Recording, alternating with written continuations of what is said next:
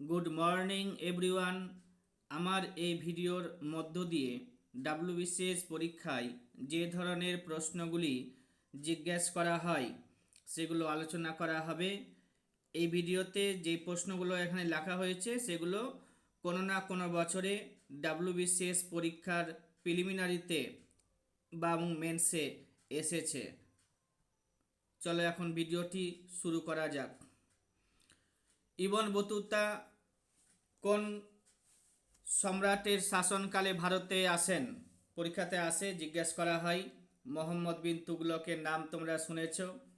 তুগলক বংশের সুলতান, তার সময়ে এসেছিল ইবন বতুতা। কোন সুলতান সিংহাসনে আরোহণ করার আগে দাস ছিলেন না? এখানে চারটা অপশান ছিল সেই বছরে, তো আলাউদ্দিন খলজি সেখানে দাস ছিল না, সেটা অ্যান্সার হয়েছে এখানে। মনসবদারি বা মনসব সিস্টেমটা চালু করেছিল আকবর। আর এখানে মনসব কথার অর্থ জিজ্ঞাসা করেছে পদমর্যাদা। কে নিম্নবর্গের ইতিহাস চর্চার জন্য বিখ্যাত? তো রণজিৎ গুহ হচ্ছে নিম্নবর্গের ইতিহাস চর্চার জন্য গুরুত্বপূর্ণ, তিনি ইতিহাস চর্চা শুরু করেছিলেন। কোন তুর্কি সুলতান ইকতা ব্যবস্থা প্রবর্তন করেছিল? ইলতুৎমিশ ইকতা ব্যবস্থার প্রচলন করেছিল। কোন মুসলিম সেনানায়ক ত্রয়োদশ শতকে বঙ্গদেশ জয় করেছিল? তোমরা জানো সবাই, ইখতিয়ার উদ্দিন মোহাম্মদ বিন বখতিয়ার খলজি। তারপরে হচ্ছে এলাহাবাদ প্রশস্তি রচনা করেছিল কে?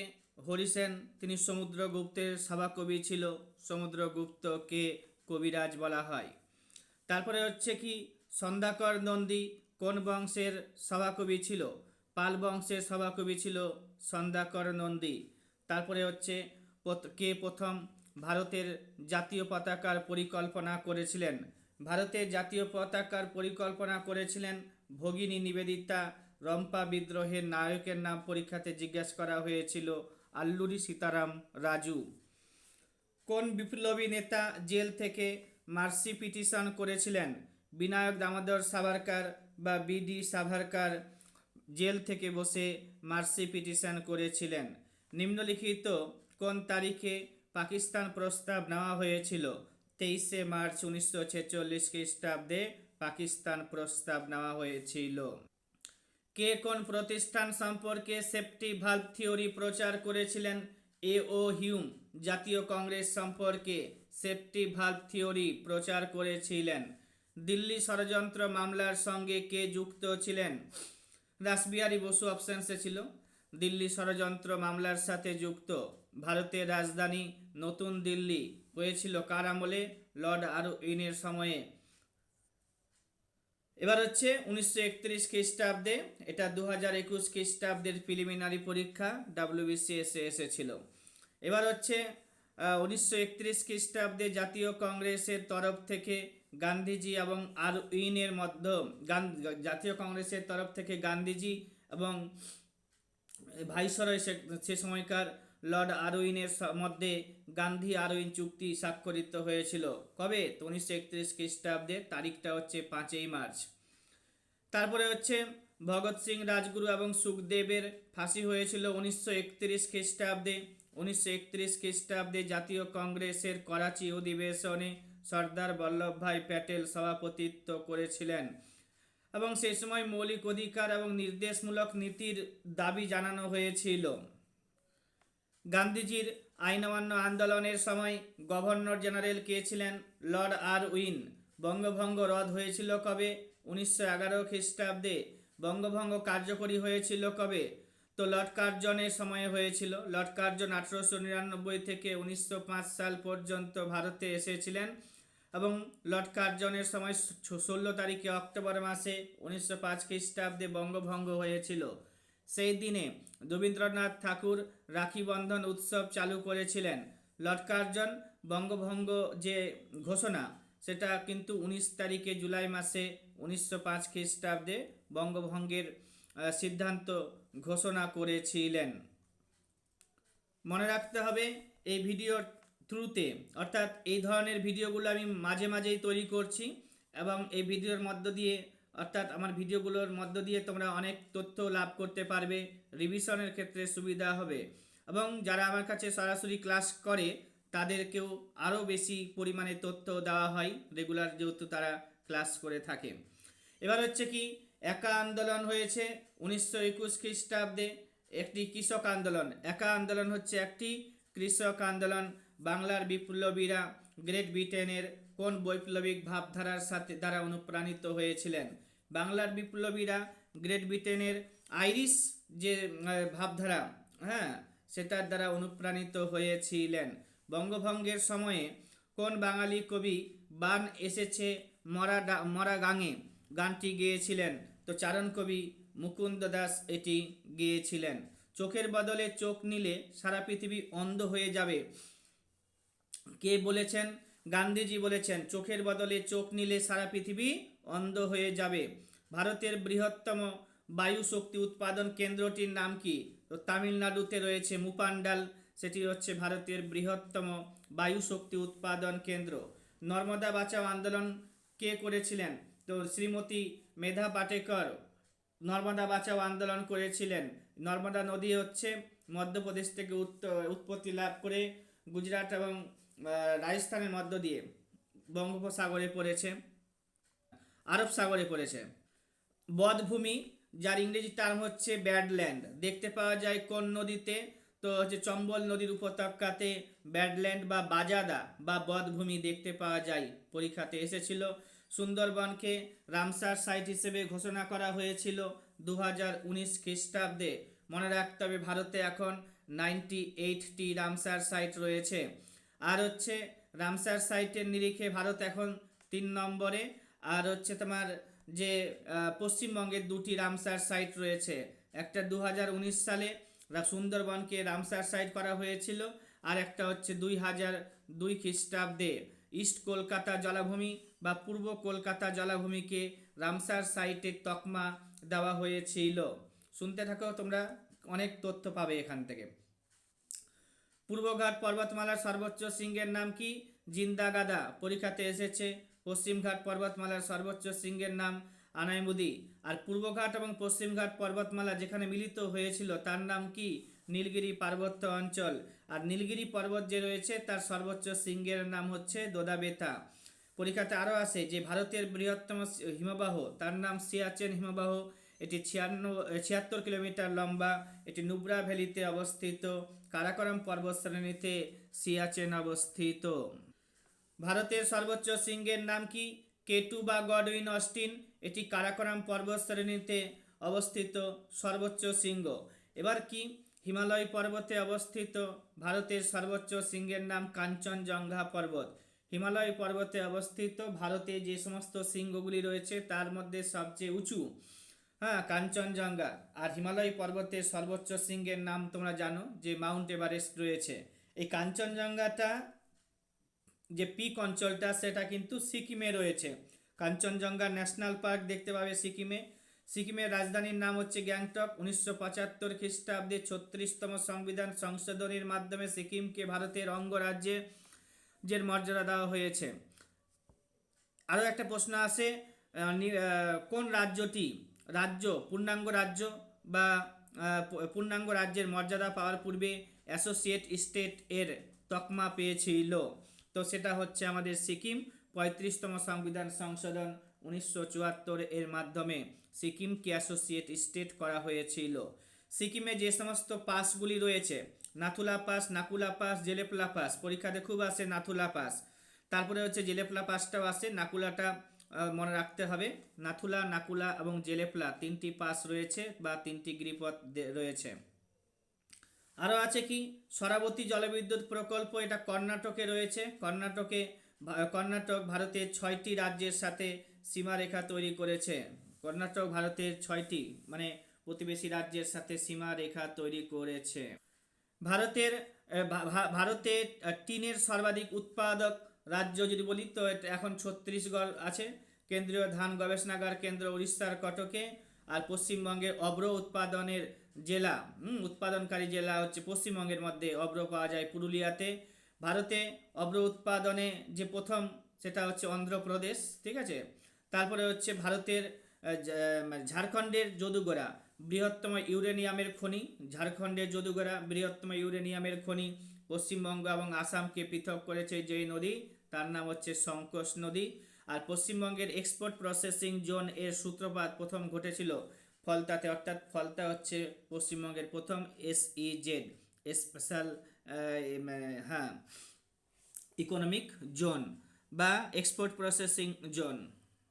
তারপরে হচ্ছে ডিলোমিটার। ডিলোমিটার এর সাহায্যে কি পরিমাপ করা হয়? পদার্থের মাত্রাগত যে পরিবর্তন সেটা পরিমাপ করা হয়। শুষ্ক বরফ বলা হয় কাকে? কঠিন কার্বন ডাই অক্সাইডকে। চাঁদ এবং পৃথিবীর মধ্যে ব্যাস কত? 1:4। চাঁদ এবং পৃথিবীর মধ্যে ব্যাস। নির্বাচন কমিশন, নির্বাচন কমিশন গঠন করে কে? নির্বাচন কমিশন গঠন করে ভারতের রাষ্ট্রপতি। ভারতের রাষ্ট্রপতি নির্বাচিত হয় লোকসভা, রাজ্যসভা এবং রাজ্য বিধানসভার সকল নির্বাচিত সদস্যদের দ্বারা। নির্বাচন কমিশন গঠন করে রাষ্ট্রপতি, আর রাষ্ট্রপতি হচ্ছে, এটা সাংবিধানিক বডি যদিও 324 নম্বর আর্টিকেলে বলা হয়েছে। আর হচ্ছে তোমার যে ভারতের রাষ্ট্রপতিকে নির্বাচন করে নির্বাচন কমিশন, আর ভারতের রাষ্ট্রপতি নির্বাচিত হয় লোকসভা, রাজ্যসভা এবং রাজ্য বিধানসভার সকল নির্বাচিত সদস্যদের দ্বারা। এবার হচ্ছে কি রাষ্ট্রপতিকে ইমপিচমেন্ট করা হয় 61 নম্বর আর্টিকেলে বলা হয়েছে। তোমরা জানোই রাষ্ট্রপতি হতে গেলে 35 বছর বয়স লাগে। এই ধরনের প্রশ্নগুলো কতবার যে পরীক্ষাতে জিজ্ঞেস করা হয়েছে, তোমাদেরকে খালি বারবার এটা পড়তে হবে। এবার হচ্ছে কি অর্থ বিল চূড়ান্তভাবে নির্ধারণ করে কে? স্পিকার। সুপ্রিম কোর্টের বিচারপতিদের অবসর গ্রহণ এর বয়স কত? 65। হাইকোর্টের বিচারপতিদের অবসর গ্রহণের বয়স কত? 65। ভারত সরকার মানবাধিকার সুরক্ষা করতে একটি আইন পাস করেছিল 1993 খ্রিস্টাব্দে। এবার হচ্ছে কি মানবাধিকার সম্পর্কে তোমাদেরকে আরও তথ্য জানতে হবে, তোমরা জানবে, খাতায় লিখে রাখবে। ভারতের সংবিধানের জিম্মাদার বলা হয় কাকে? সুপ্রিম কোর্টকে। উপরাষ্ট্রপতিকে অনাবশ্যক মহামহিম বলা হয়। আন্তঃরাজ্য পরিষদ গঠন করতে পারে কে? ভারতের রাষ্ট্রপতি। আন্তঃরাজ্য পরিষদ ইন্টার স্টেট কাউন্সিল গঠন করে। ইন্টার স্টেট কাউন্সিল সম্পর্কে আমাদের রেগুলার ব্যাচে আলোচনা করা হয়েছে এবং আরও করা হবে। এবার হচ্ছে স্বাধীন ভারতের প্রথম শিল্পনীতি 1948 খ্রিস্টাব্দে হয়েছিল। পরিকল্পনা কমিশন গঠিত হয়েছে 1950 খ্রিস্টাব্দের 15 তারিখে মার্চ মাসে। পরিবার পরিকল্পনা নীতি ভারতে করা হয়েছিল। প্রথম পৃথিবীর মধ্যে প্রথমবার ফ্যামিলি প্ল্যানিং পলিসি নিয়ে এসেছিল ভারত। আর এটা 1952 খ্রিস্টাব্দে প্রথম পঞ্চবার্ষিকী পরিকল্পনার সময় করা হয়েছিল। যার কারণে এখানে আমি আবার লিখে দিয়েছি যে প্রথম পঞ্চবার্ষিকী পরিকল্পনার সময়কাল কত? 51 থেকে 56। এই ধরনের প্রশ্ন পরীক্ষাতে আসে। নীতি আয়োগ গঠিত হয়েছে 2015 খ্রিস্টাব্দের 1 জানুয়ারি। আর যেটা হচ্ছে প্ল্যানিং কমিশনকে বাদ দিয়ে নীতি আয়োগ করা হয়েছিল, সেই প্ল্যানিং কমিশন 2014 সালের 13 তারিখে অগাস্ট মাসে তুলে দেওয়া হয়েছে। ভারতের টাকার নোট ছাপানো হয়, কে ছাপায়? তো রিজার্ভ ব্যাঙ্ক অফ ইন্ডিয়া করে, তবে 1 টাকার নোটগুলোকে অর্থমন্ত্রক করে। এটা রিজনিং এর ক্লাসে আমি আলোচনা করে দিব। এবার হচ্ছে ভারতে আমদানিকৃত পণ্য দ্রব্যের মধ্যে কোনটি বা কোন দ্রব্যটির স্থান প্রথম? তো অসংশোধিত পেট্রোলিয়াম। ঠিক আছে, পেট্রোলিয়াম পণ্য হচ্ছে সব থেকে বেশি আমদানিকৃত পণ্য। এবার হচ্ছে কি সন্ধ্যা জাতীয় পত্রিকার সম্পাদক কে ছিল? ব্রহ্মবান্ধব উপাধ্যায় ছিলেন। শান্তিস্বরূপ ভাটনগর পুরস্কার দেওয়া হয় কোন ফিল্ডে? তো বিজ্ঞান, প্রযুক্তি এবং সায়েন্স অ্যান্ড টেকনোলজিতে দেওয়া হয়। এবার ইবাদত খানা আকবর তৈরি করেছিল 1575 খ্রিস্টাব্দে। আকবর মারা গেছে 1605 খ্রিস্টাব্দে। আকবরের শেষ রাজ্য জয়ের নাম হচ্ছে আসিরগড় বা অসিরগড়। ঠিক আছে, খুবই রিভিশন হবে তোমাদের, এগুলো পড়তে থাকবে। তাই 1601 খ্রিস্টাব্দে আসিরগড় দুর্গ জয় করেছিল। তরাইনের প্রথম যুদ্ধ 1191 খ্রিস্টাব্দে হয়ে। তরাইনের দ্বিতীয় যুদ্ধটা 1192 খ্রিস্টাব্দে। রাস্তরঙ্গিনী রচয়িতাকে কলহন। ভারতের উপমহাদেশে প্রাচীনতম কৃষিকার্যের নিদর্শন মিলেছিল কোথায়? তো মেহেরগড়ে। আলাই দরওয়াজা নির্মাণ করেছিল কে? তো আলাউদ্দিন খলজি। কবুলিয়ত পাট্টা চালু করেছিল কে? শের শাহ। কবুলিয়ত পাট্টা চালু করেছিল কে? শের শাহ। এবার হচ্ছে কি আলাউদ্দিন খলজি দক্ষিণ ভারত অভিযানে সেনাধ্যক্ষ কে ছিল? মালিক কাফুর। আলাউদ্দিন খলজির দক্ষিণ ভারত অভিযানের সময় সেনাধ্যক্ষ কে ছিল? মালিক কাফুর। মালিক কাফুরকে হাজার দিনারি বলা হতো। তারপরে হচ্ছে তোমার মালিক কাফুরকে গুজরাটের রাজা যে ছিল তার কাছ থেকে ধরে নিয়ে আসা হয়েছিল। এবার হচ্ছে কি, ভারতে ইংরেজরা প্রথম কুঠি নির্মাণ করেছিল কোথায়? সুরাটে। সুরাট তাপ্তি নদীর তীরে অবস্থিত, এটি গুজরাটে অবস্থিত।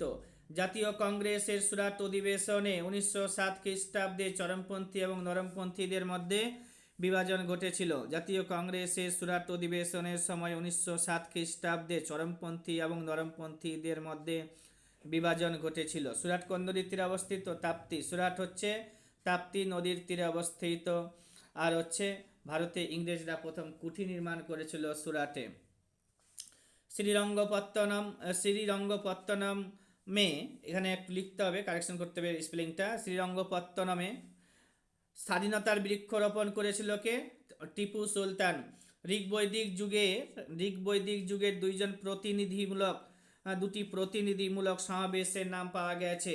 সেগুলো হচ্ছে কি? সভা এবং সমিতি।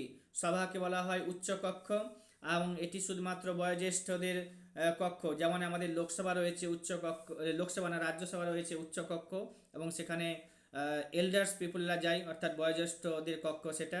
ঠিক তেমনি প্রাচীন যুগে, বৈদিক যুগে সভা ছিল সেটা উচ্চকক্ষ। তারপরে আরও কি আছে যেন, যে বর্তমানে রাজ্যসভার মতো লিখে রেখেছি, বর্তমানে রাজ্যসভার মতো। সমিতিতে সকলে যাওয়া আসা করতে পারত, স্ত্রী পুরুষ নির্বিশেষে। এটি নিম্নকক্ষ নামে পরিচিত, অর্থাৎ আমাদের যে লোকসভা রয়েছে নিম্নকক্ষ সেটার মতো। ভারতের জাতীয় কংগ্রেসের পূর্ণ স্বরাজ্যের দাবি তোলা হয়েছিল 1929 খ্রিস্টাব্দে। কোথা থেকে? তো লাহোর থেকে। তারপরে আর কি, সর্বভারতীয় খিলাফত সম্মেলন 1919 খ্রিস্টাব্দে 23 তারিখে নভেম্বর মাসে হয়েছিল, এবং সভাপতি ছিল সে সময়কে। সর্বভারতীয় খিলাফত সম্মেলনের সভাপতি হচ্ছে আমাদের মহাত্মা গান্ধী। গদর শব্দের অর্থ হচ্ছে বিপ্লব। গদর দল স্থাপিত হয়েছে 1913 খ্রিস্টাব্দে আমেরিকার সান ফ্রান্সিসকোতে। এবার হচ্ছে কি, প্রতিষ্ঠা করেছিল কে? লালা হরদয়াল। ইন্ডিয়ান ওমেন ইউনিভার্সিটি যে প্রতিষ্ঠা করেছিল, ইন্ডিয়ান ওমেন ইউনিভার্সিটি ধন্দু কেশব কার্বে। আর কবে ভারতে প্রথম স্বাধীনতা দিবস পালিত হয়েছিল? তো 1930 খ্রিস্টাব্দে 26 তারিখে জানুয়ারি মাসে, আমরা তো জানি। আর জাতীয় কংগ্রেসের লাহোর অধিবেশনে এই প্রস্তাবটা নেওয়া হয়েছিল। আর হচ্ছে যে তারা আগামী মানে 26শে জানুয়ারি স্বাধীনতা দিবস পালন করবে। বারদৌলি আন্দোলন করেছিল কে? বারদৌলি সত্যাগ্রহ সর্দার বল্লভভাই প্যাটেল। চট্টগ্রাম অস্ত্রাগার লুণ্ঠনের জন্য দায়ী নেতার নাম ছিল মাস্টার দাস সূর্য সেন। অমৃতবাজার পত্রিকার সম্পাদকের নাম ছিল আনন্দমোহন বোস, শিশির কুমার ঘোষ। অমৃতবাজার পত্রিকা 1978 খ্রিস্টাব্দে লর্ড লিটনের দেশীয় ভাষায় সংবাদপত্র নিষিদ্ধ আইন, অর্থাৎ ভার্নাকুলার প্রেস অ্যাক্ট এর কবল থেকে পুরোপুরিভাবে বাঁচার জন্য পুরোপুরিভাবে বাংলা থেকে ইংরেজিতে প্রকাশিত হতে শুরু করেছিল। এটা 1978 খ্রিস্টাব্দে 14 তারিখে মার্চ মাসের ঘটনা। আরও কি রয়েছে, যে কোন শিক্ষা প্রতিবেদনের মাধ্যমে কলকাতা বিশ্ববিদ্যালয় প্রতিষ্ঠিত হয়েছিল? উডে ডিসপ্যাচ, যেটা 1854 খ্রিস্টাব্দের মাধ্যমে কলকাতা বিশ্ববিদ্যালয় প্রতিষ্ঠিত হয়েছিল। কলকাতা বিশ্ববিদ্যালয় প্রতিষ্ঠিত হয়েছিল কবে? 1857 খ্রিস্টাব্দে আসে। আর 1862 খ্রিস্টাব্দে কি হয়েছে? কলকাতা হাইকোর্ট প্রতিষ্ঠিত হয়েছিল। ভারতের হাইকোর্টের সংখ্যা বর্তমানে কত? 25টা। ঠিক আছে, ভারতের হাইকোর্টের সংখ্যা বর্তমানে 25টা। সব থেকে প্রাচীনতম যদি হাইকোর্টের নাম বলি, তাহলে কোন হাইকোর্ট? কলকাতা হাইকোর্ট। ঠিক আছে, কলকাতা হাইকোর্ট। সব থেকে বড় হাইকোর্ট যদি বলা হয় তাহলে হচ্ছে এলাহাবাদ হাইকোর্ট। এগুলো সব মনে রাখতে হবে, পরীক্ষাতে জিজ্ঞাসা করা হয়।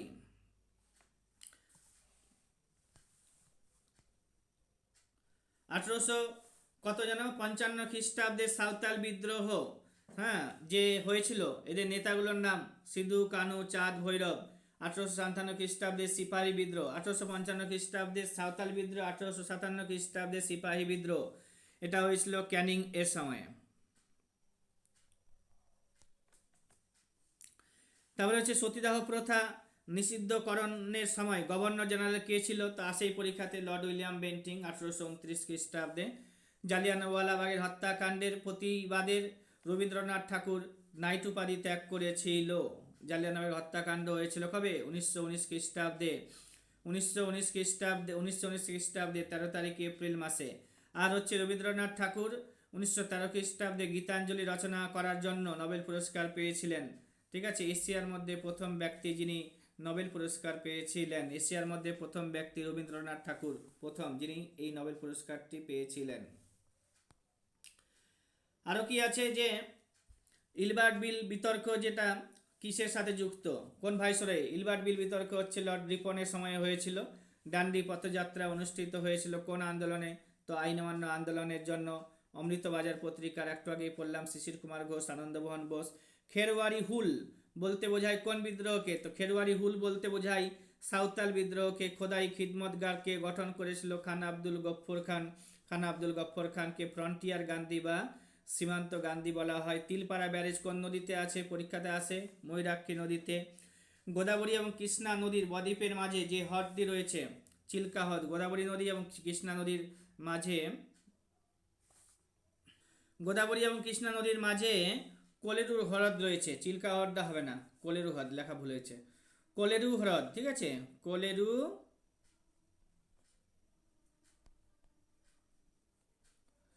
তারপরে হচ্ছে চুম্বি। চুম্বি উপত্যকা কোন সীমান্তে অবস্থিত? সিকিম এবং ভুটান সীমান্তে অবস্থিত চুম্বি উপত্যকা। ভূমিকম্প মাপক যন্ত্রের নাম কি? সিসমোগ্রাফ। ভূমিকম্পের তীব্রতা মাপা হয় রিক্টার স্কেল এর দ্বারা। ভারতে সর্বাধিক তামাক উৎপাদনকারী রাজ্যটির নাম হচ্ছে অন্ধ্রপ্রদেশ। ভারতের সর্বাধিক তামাক উৎপাদনকারী রাজ্যের নাম কি? অন্ধ্রপ্রদেশ।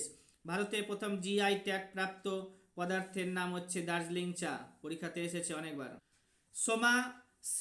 সোমাশিলা বাঁধ কোন রাজ্যে অবস্থিত? অন্ধ্রপ্রদেশে অবস্থিত। কিরু জলবিদ্যুৎ কেন্দ্র, সেটা হচ্ছে জম্মু অ্যান্ড কাশ্মীরে অবস্থিত। কোন অঞ্চলকে দক্ষিণ ভারতের শস্য ভাণ্ডার বলা হয়? কোন কোন অঞ্চলকে দক্ষিণ ভারতের শস্য ভাণ্ডার বলা হয়? থাঞ্জাভুরকে দক্ষিণ ভারতের শস্য ভাণ্ডার বলা হয়। মনে রাখতে হবে, আমি এই আলোচনার মধ্য দিয়ে আমি ডিটেলস বেশি কিছু বলছি না, কারণ হচ্ছে আমার এই পিডিএফটা যত বড় রয়েছে 18 পৃষ্ঠা, মোটামুটি 700-800খানা প্রশ্ন রয়েছে। তো পুরোটাই আলোচনা করব বলে আমি এখন ডিটেলস যাচ্ছি না, জাস্ট যেগুলো লিখে রাখা হয়েছে সেগুলোকেই বলে দিচ্ছি। ইনফরমেশান যুক্ত ভিডিওগুলো আবার আসবে, কিন্তু এটাতে অনলাইনার বেস্ট আকারে যা লেখা আছে সেগুলোই বলে দিচ্ছি। সূর্য থেকে পৃথিবীতে আলো আসতে সময় লাগছে 8 মিনিট 19 সেকেন্ড। শব্দের গতি সবথেকে বেশি হয় কঠিন মাধ্যমে। এলপিজির মিশ্রণে থাকে প্রোপেন এবং বিউটেন। গ্রাফাইট কার্বন এবং হীরা হলো অ্যালোট্রপ। বৈদ্যুতিক বাল্বে নাইট্রোজেন গ্যাস থাকে। জীবাশ্ম দহন করলে কোন গ্রিনহাউস গ্যাস নির্গত হয়? তো কার্বন ডাই অক্সাইড গ্যাস নির্গত হয়। জীবাশ্ম দহন করলে কার্বন ডাই অক্সাইড গ্যাস নির্গত হয়। ভারতের সংবিধান গৃহীত হয়েছিল ভারতের সাংবিধানিক সভা দ্বারা বা গণপরিষদ দ্বারা। হ্যাঁ, কবে? তো 26 তারিখে নভেম্বর মাসে 1949 খ্রিস্টাব্দে। 26 তারিখে নভেম্বর মাসে 1949 খ্রিস্টাব্দে। পশ্চিমবঙ্গ রাজ্য সরকার চালিত বিশ্ববিদ্যালয়গুলির আচার্য কে হয়? রাজ্যের রাজ্যপাল। এবার হচ্ছে কখন মাদ্রাজ রাজ্যটি আনুষ্ঠানিকভাবে তামিলনাড়ুর নামকরণ হয়েছিল? সেটা 1969 খ্রিস্টাব্দে 14 তারিখে জানুয়ারি মাসে হয়েছিল। আর হচ্ছে কি, ভারতের সংবিধান অনুসারে রাজ্যের বিধানসভাগুলি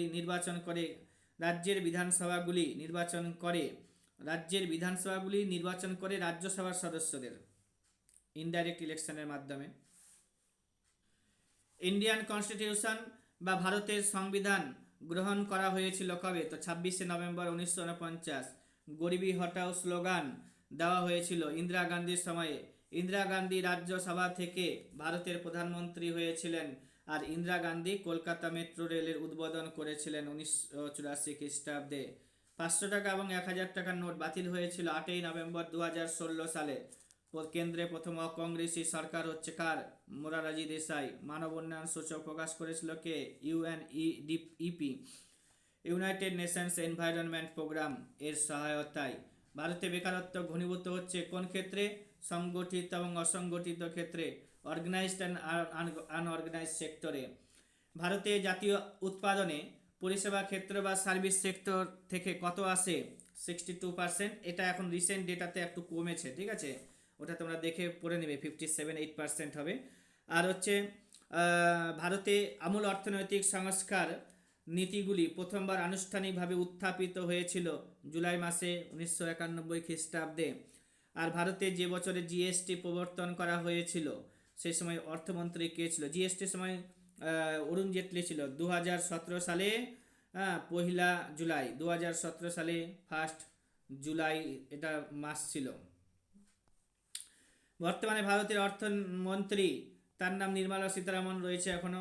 শিক্ষক দিবস পরীক্ষাতে এসেছে, বিসিএস পরীক্ষাতে জিজ্ঞেস করা হয়েছিল শিক্ষক দিবস কবে পালন করা হয়? 5 সেপ্টেম্বর। ভারতের জাতীয় বিজ্ঞান দিবস প্রতি বছর কবে পালন করা হয়? তো 28 তারিখে ফেব্রুয়ারি মাসে জাতীয় বিজ্ঞান দিবস পালন করা হয়। ঠিক আছে, প্রতি বছর ক্যান্সার দিবস 4 ফেব্রুয়ারি, বিশ্ব পরিবেশ দিবস হচ্ছে 21 জুন, জাতীয় মানবাধিকার দিবস হচ্ছে 10 ডিসেম্বর, জাতীয় ভোটার দিবস পালন করা হয় 25 জানুয়ারি। আর অশোকের লিপি, ব্রাহ্মী লিপির পাঠোদ্ধার করেছিলেন কে? ঐতিহাসিক জেমস প্রিন্সেপ। তোমাদের পরীক্ষাগুলোর আগে যদি তোমরা মনে করো যে না পড়তে ভালো লাগছে না, তাহলে কিন্তু আমার ভিডিওগুলোই দেখো, বসে বসে শুয়ে শুয়ে যেখানে ইচ্ছা দেখো, তাহলেই তোমরা অনেক তথ্য জানতে পারবে এবং পরীক্ষাতে তো নম্বর তো আসবেই। আমার ভিডিও দেখা মানেই তোমাদের লাভ। আর কি রয়েছে? কোন কোন কোন কোন ধর্মীয় সংস্কার আন্দোলনগুলি ভারতের জাতীয়তাবাদকে প্রভাবিত করেছিল? তো হচ্ছে ধর্মীয় সংস্কার আন্দোলন হচ্ছে ব্রাহ্ম সমাজের আন্দোলন, আর্য সমাজের যে আন্দোলন, রামকৃষ্ণ মিশন, এদের মাধ্যমে ভারতের জাতীয় আন্দোলনগুলি কি হয়েছিল? ভারতে ধর্মীয় সংস্কার আন্দোলনগুলি জাতীয়তাবাদকে প্রভাবিত করেছিল। এবার হচ্ছে কোন যুদ্ধের মধ্য দিয়ে ভারতে ব্রিটিশ শাসনের সর্বময় কর্তৃত্ব শুরু হয়েছিল? তো বক্সারের যুদ্ধ 1764 খ্রিস্টাব্দে, মীর কাসিম ছিল সে সময়ে। আর ভারতের সুলতান অর্থাৎ মোগল সুলতানও এই আন্দোলনে যুক্ত ছিল। এবার হচ্ছে ভারত ও পাকিস্তান রাষ্ট্রের সীমানা চিহ্নিত করার দায়িত্ব নিয়েছিলেন sir Cyril Radcliffe. McMahon line Bharat এবং চীনের মধ্যে রয়েছে। ডুরান্ড লাইন পাকিস্তান এবং আফগানিস্তানের মধ্যে রয়েছে। পাকিস্তান আফগানিস্তান। এশিয়াটিক সোসাইটি বেঙ্গল প্রতিষ্ঠা করেছিল কে? তো স্যার উইলিয়াম জোন্স। এটা পাকিস্তান আফগানিস্তান বললাম ঠিকই, কিন্তু ভারত ও আফগানিস্তানের মধ্যে যদি অপশানস থাকে, পাকিস্তান আফগানিস্তান না থাকে তাহলে মারবে কিন্তু। এবার হচ্ছে পাকিস্তান প্রস্তাবটি জনক বলা হয় কাকে? তো চৌধুরী রহমত আলীকে। মহাত্মা গান্ধীর নেতৃত্বে প্রথম গণ আন্দোলন কোনটি? তো অসহযোগ আন্দোলন হচ্ছে মহাত্মা গান্ধীর নেতৃত্বে প্রথম গণ আন্দোলন। রাওলাটাইন পাস হয়েছে 1919 খ্রিস্টাব্দে। কুকা বিদ্রোহ হয়েছিল পাঞ্জাব থেকে। সাইমন কমিশন এর প্রতিবেদন আবর্জনার স্তূপে নিক্ষেপ করা উচিত, এটা কে বলেছিল? শিবস্বামী আইয়ার। শিবস্বামী আইয়ার বলেছিলেন যে সাইমন কমিশনের প্রতিবেদন আবর্জনার স্তূপে নিক্ষেপ করা উচিত। কোন দিনটিকে মুসলিম লীগ প্রত্যক্ষ দিবস হিসেবে পালন করেছিল? প্রত্যক্ষ সংগ্রাম দিবস। আচ্ছা, মুসলিম লীগের দ্বারা হচ্ছে প্রত্যক্ষ সংগ্রাম দিবস হচ্ছে, এটা একটু ভুল আছে। এটা হচ্ছে 16 তারিখে অগাস্ট মাসে, ঠিক আছে, 1946 খ্রিস্টাব্দে। আর হচ্ছে এই 22 ডিসেম্বর 1939 খ্রিস্টাব্দে হচ্ছে মুসলিম লীগ পালন করেছিল মুক্তি দিবস। ঠিক আছে, ডে অফ ডেলিভারেন্স বা মুক্তি দিবস পালন করেছিল মুসলিম লীগ। কবে? 22 তারিখে ডিসেম্বর মাস 1939 খ্রিস্টাব্দ। আর মুসলিম লীগের যেটা প্রত্যক্ষ সংগ্রাম দিবস সেটা 16 আগস্ট 1946 খ্রিস্টাব্দ। 1930 খ্রিস্টাব্দের 6 তারিখে এপ্রিল মাসে ভারতের ইতিহাসে বিশেষ উল্লেখযোগ্য দিন ছিল, কারণ ওই দিন গান্ধীজি আইন অমান্য আন্দোলন শুরু করেছিলেন। কাদের নেতৃত্বে খিলাফত আন্দোলন শুরু হয়েছিল? খিলাফত আন্দোলন 1919 খ্রিস্টাব্দে আলী ভাতৃদ্বয়, মোহাম্মদ আলী ও শৌকত আলী। নেহেরু একজন দেশপ্রেমিক আর জিন্না একজন রাজনীতিবিদ, কে বলেছিলেন? স্যার মোহাম্মদ ইকবাল বলেছিলেন। এবার হচ্ছে কোন আইনকে ব্ল্যাক বিল বলা হয়? তো রাওলাট আইনকে ব্ল্যাক বিল বলা হয়। বিখ্যাত পাকিস্তান প্রস্তাব কোথায় পাস হয়েছিল? লাহোরে পাস হয়েছিল। জালিয়ানওয়ালাবাগের হত্যাকাণ্ড এর অব্যাহতি পরে যে ঘটনাটা ঘটেছিল, পূর্বে হচ্ছে রাওলাট আইন, আর জালিয়ানওয়ালাবাগের হত্যাকাণ্ডের পরে চালু হয়েছে অসহযোগ আন্দোলন। তারপরে হচ্ছে বলছি কমিউনাল অ্যাওয়ার্ড 1932 খ্রিস্টাব্দে ব্রিটিশ প্রধানমন্ত্রী র্যামসে ম্যাকডোনাল্ড সাইমন কমিশন গঠিত হয়েছিল 1927 খ্রিস্টাব্দে। সাইমন কমিশন ভারতে এসেছিল 1928 খ্রিস্টাব্দে। অসহযোগ আন্দোলন 1920 খ্রিস্টাব্দে। রাওলাট আইন 1919 খ্রিস্টাব্দে পাস হয়েছিল। জালিয়ানওয়ালাবাগের হত্যাকাণ্ড 1919 খ্রিস্টাব্দের এপ্রিল মাসে 13 তারিখে হয়েছিল। বালগঙ্গাধর তিলক 1920 খ্রিস্টাব্দের 1 আগস্ট মারা গিয়েছিলেন। চম্পারণ সত্যাগ্রহ গান্ধীজি করেছিলেন 1917 খ্রিস্টাব্দে বিহারে। গান্ধীজি ভারত আসলো কবে? 1915 খ্রিস্টাব্দে।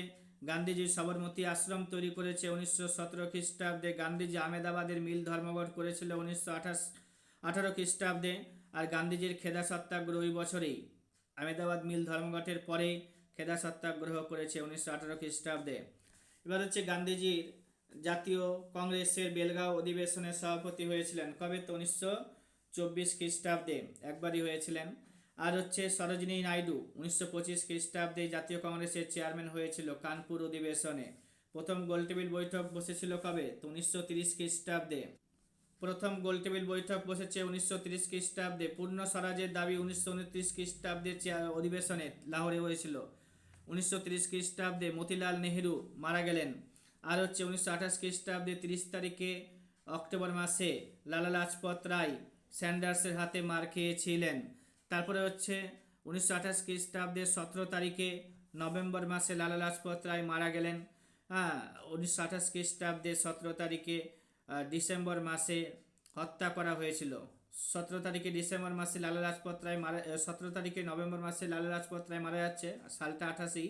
আর হচ্ছে 1 মাস পরে স্যান্ডার্সকে যে পুলিশ যে স্যান্ডার্স লালা লাজপত রায়ের মাথায় লাঠি মেরেছিল তাকে মারা হলো।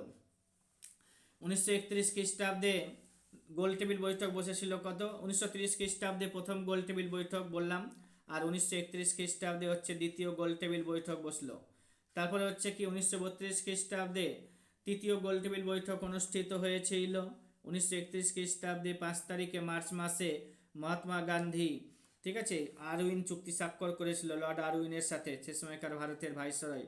1931 খ্রিস্টাব্দে 23 তারিখে মার্চ মাসে ভগৎ সিং, রাজগুরু, সুখদেবের ফাঁসি দেওয়া হয়েছিল।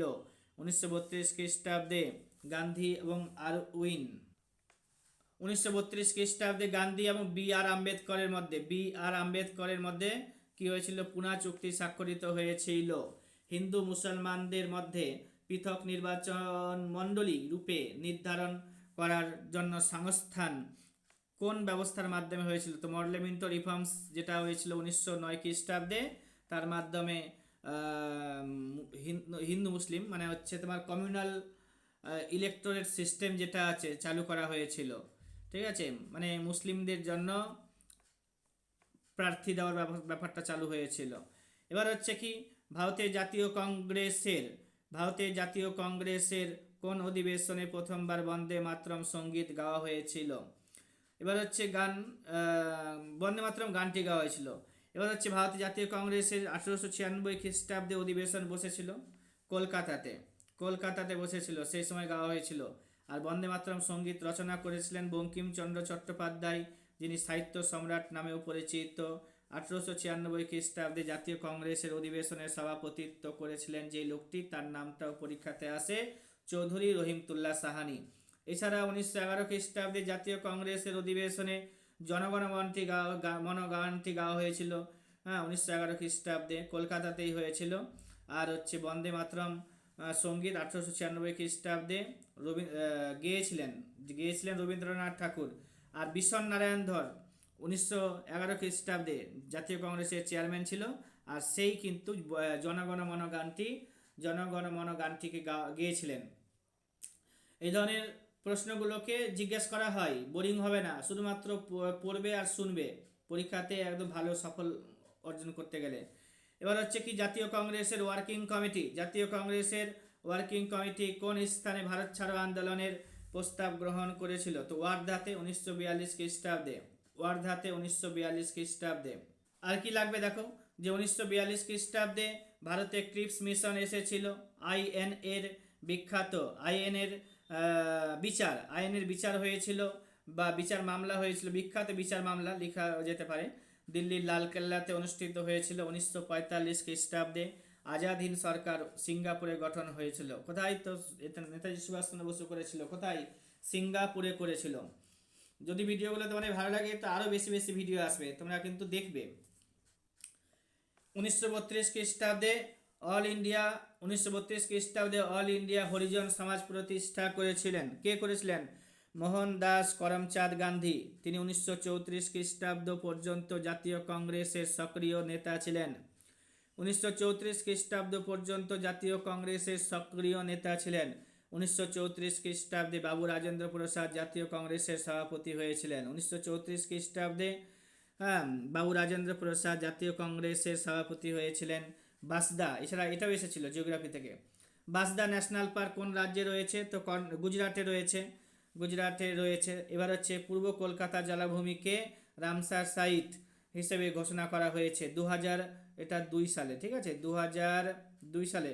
আরও অনেক তথ্য দিতে ইচ্ছা করছে, মানে বলতে ইচ্ছা করছে, কিন্তু বলবো না, কারণ হচ্ছে নাহলে আমার শেষ হবে না পিডিএফটা।